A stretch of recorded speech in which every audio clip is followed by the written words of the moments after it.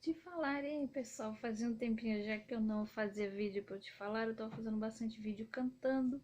Por causa da quarentena, eu queria muito cantar na Avenida Paulista e não consegui, porque fechou tudo por causa do coronavírus, enfim. Hoje, como os últimos vídeos foram todos cantando, eu vou falar de um outro tema, tá, gente? Hoje eu vou falar sobre algo que eu já faço há algum tempo. E é bem legal, entendeu? Que é justamente estudar idiomas. Eu acho muito legal estudar idiomas, tanto que a minha formação é letras, eu sou formada em letras, eu dei aula de idiomas por muito tempo. Eu confesso para vocês que o meu português está enferrujado, tá? O meu português está enferrujado. Faz muito tempo que eu não reviso a gramática do português. Português é um idioma dificílimo. A gramática do português é dificílima. Isso que a gente lida no dia a dia aqui é um dialeto do português. O português mesmo, poucos são os que dominam, porque ele é muito difícil. E também, gente, a questão de que a gramática de idiomas latinos geralmente costuma ser um pouquinho mais complicada. Mas hoje eu vou falar então, né, que a minha formação é letras, eu dei aula de inglês por muito tempo e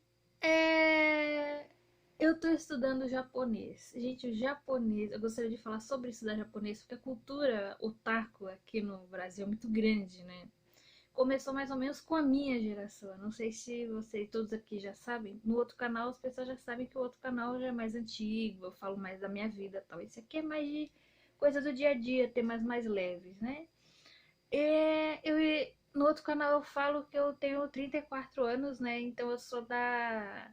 É só aquela geração do Old Millennial, né? Os Old Millennials têm aí entre 28 e 40 anos. Acima disso é assim chamada geração X, abaixo disso é a geração Z, que é a geração da minha irmã, né? Mas enfim, é, os old millennials, lá nos anos 90, começo dos 2000, a gente entrou em contato com a internet e a gente começou a entrar em contato com a cultura também nipônica, né? A cultura nipônica aqui no Brasil é muito forte. O pessoal consome muito anime, o pessoal consome muito, também o pessoal da minha geração, até uns 40 anos mais ou menos, vai lembrar dos tokusatsu que passavam na manchete, que passavam nos canais aí da TV aberta dos anos 90, que o pessoal assistia muito. E assim, a cultura japonesa aqui ela é muito forte. E a imigração japonesa também foi muito forte pra cá, né? Muita gente me pergunta: por que você estuda japonês? Você quer ir pro Japão? Olha, eu quero ir um dia para visitar. Eu não quero ir para morar. Até porque a forma de pensar do japonês, a forma de conviver do japonês é muito diferente da nossa, né? É muito diferente da nossa. Então eu não quero ir para morar. Eu quero talvez um dia ir para conhecer, mas não para morar. Passar um tempo lá, conhecer, ver como é que é, mas morar não quero não, gente. Morar não quero não. E por ironia ou não, eu estou aqui no bairro da Liberdade, que é o bairro japonês. É o bairro oriental, na verdade, não tem só japonês. Mas, por exemplo, a aclimação, ela tem um pouquinho mais de outras etnias orientais. Aqui tem inclusive em restaurante e tal, tem cardápio escrito em português e escrito em japonês do lado também. Então aqui a cultura japonesa é bem forte aqui na Liberdade. E eu não vim aqui para Liberdade porque eu queria morar no bairro japonês. Eu vim para Liberdade primeiro que era perto da onde eu treinava arte marcial, treinava porque ainda está fechado por causa da pandemia.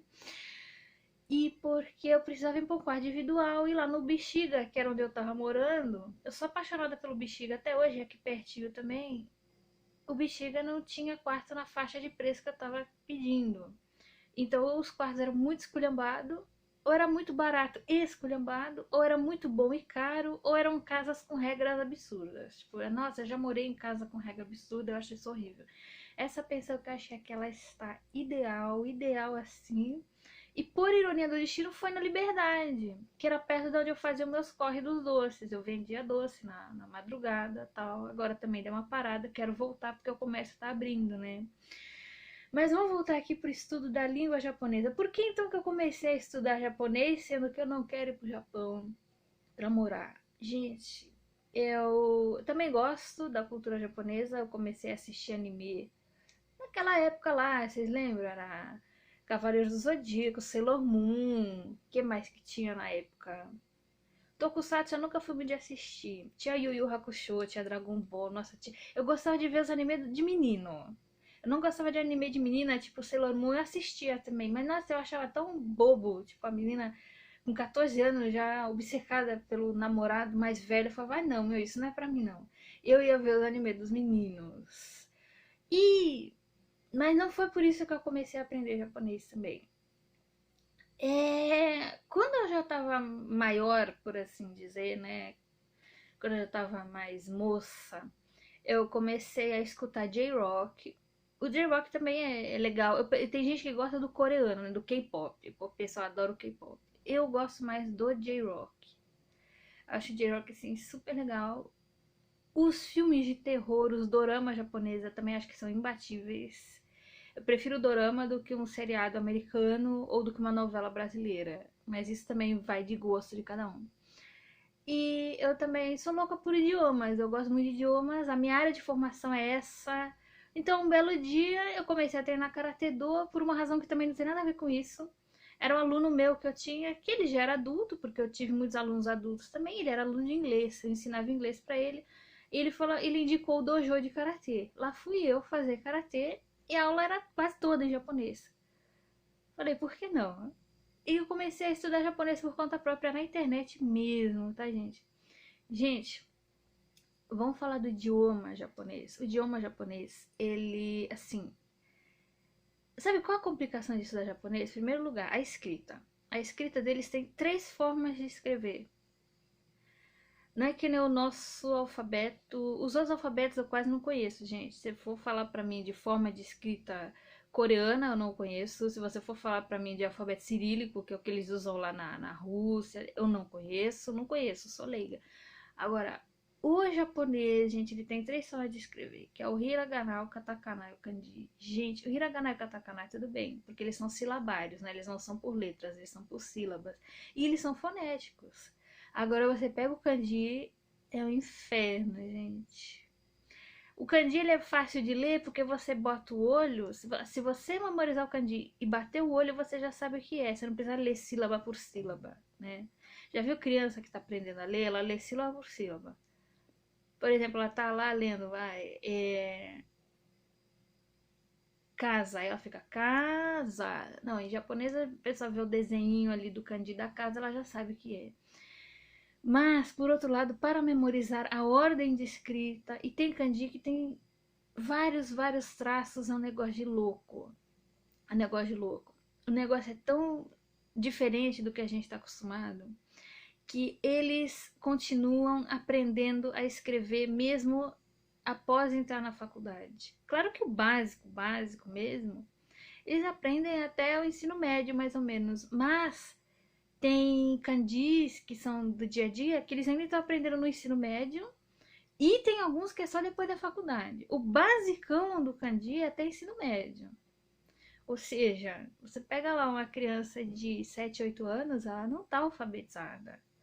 Ela vai ler em hiragana katakana, tanto que em cima dos kanjis eles têm o hiragana escrito justamente para que a criança possa vir a pessoa, enfim, que está aprendendo o idioma, né? Então, não é que nem num país assim, cujo alfabeto seja é, cujo alfabeto seja mais simplificado, que já está alfabetizada com 7, 8 anos, já está alfabetizada. Não, lá é bem mais complicado. E se fosse só hiragana katakana seria simples, mas o oriental ele não pensa que nem a gente, o oriental ele pensa de outra forma, né? E também tem o seguinte, o oriental pelo menos o japonês, os outros idiomas eu não sei como é que é, dos outros países, né? O kanji ele não é japonês, ele veio do Japão. Do Japão não, desculpa, da China. Ele veio da China. E os chineses eles só usam kanji para escrever, mas a forma de falar é totalmente diferente, tanto que eu não entendo nada de chinês. Eu não entendo nada de chinês. E se eu não me engano, a forma de usar os kanjis também é totalmente diferente. Mas e na hora de falar? Gente, eu acho fantástico assim que o japonês ele é um idioma que gramaticalmente falando, ele é muito simples. Ele é tão simples que às vezes você tem um verbo e eles não têm preposição, eles têm partículas. As partículas meio que fazem os papéis das preposições lá. Para quem estudou inglês e viu que no inglês tem um monte de para, o pesadelo do inglês é o para, né? E os phrasal verbs também é um pesadelo no inglês. Mas quando você vai, por exemplo, para o japonês, que é partícula, essas partículas, elas, às vezes, uma partícula e um verbo já fez uma frase. Ao passo que no inglês não existe sujeito oculto. Sujeito oculto, o que é? Por exemplo, fui lá. O verbo fui já dá para entender que eu fui, né? Eu fui. Então fica bem mais simples. O inglês não pode ser eu falar went there, pode ser I, pode ser you, pode ser qualquer um, porque o inglês ele não tem tanta variação no verbo. Mas claro, o japonês também não tem variação no verbo. E tem menos variação no verbo ainda do que o inglês. Mas eles usam muito. Se a pessoa falar assim, fui lá, no japonês já é uma frase completíssima. Eles não costumam falar muito o eu, o você. É muito comum eles usarem sujeito oculto no japonês. Eles não ficam toda hora eu, você. Eles não fazem. Eles fazem mais sujeito oculto ainda do que a gente aqui. O inglês já não faz. O pessoal que fala inglês já não faz. Deve fazer, mas é muito coloquial, não é formal. E o japonês formal falam, né? Eu não sei se é assim. Falam que o japonês formal é extremamente, parece um samurai falando, tanto que ensinam a forma maço pra gente, que a forma maço do verbo é a forma mais polida, porque é a forma mais parecida da gente lidar com o verbo, né? Eles não, eles no popularzão, quando eles estão lá no popular falando, no informal, eles usam muito a forma T, eles usam a forma tá, eles usam muito o T mais iru, que é o nosso gerúndio, seria o nosso gerúndio, né, mais próximo do nosso gerúndio. Então não é muito simples. A gramática do japonês é muito simples, mas não se engane achando que é um idioma molezinha, porque não é. Primeiro, eu não sei, não tenho certeza, mas eu considero que o japonês não tem correspondência com nenhum outro idioma. Por exemplo, dizem que o italiano é muito difícil, que o italiano é um dialeto, é muito difícil. Mas a gente que é falante de português, se for ler um texto, a gente entende umas palavras ali. Espanhol, a gente entende bastante coisa também, apesar da gramática do espanhol ser muito diferente e até mais complicada do que a nossa. Subjuntivo espanhol é uma loucura, gente. Mas o japonês é um idioma que não tem nada a ver com nenhum outro. O máximo que eles têm a ver é que eles usam o kanji que eles importaram da China, só. O resto é totalmente diferente. Outra coisa, a partir da linguagem, eles têm muito assim, como é que é? Honorífico. Honorífico para lidar com pessoas mais velhas, honorífico para lidar com, por exemplo, se eu falo da minha mãe, é uma forma. Se eu falo da mãe dos outros, é outra. Se eu falo do fulano, é outra. Se eu falo de uma pessoa mais velha, é outra. Enfim. Enfim, tem várias e várias formas. E se você usar a forma errada, eles podem se ofender. Por exemplo, nos animes, eles usam muito orei e omai, né? Que é eu e você. Mas essas são formas extremamente ofensivas. Se eu chegar na rua chamando alguém de omai lá no Japão, eu vou ofender muito essa pessoa. Entendeu? Então eles têm formas honoríficas, eles têm sufixo de contagem, são vários sufixos de contagem que eles têm.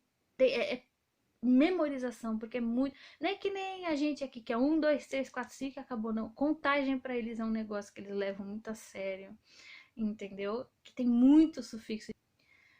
Outra coisa também, eles falam bastante. Como é que eu posso falar aqui para vocês?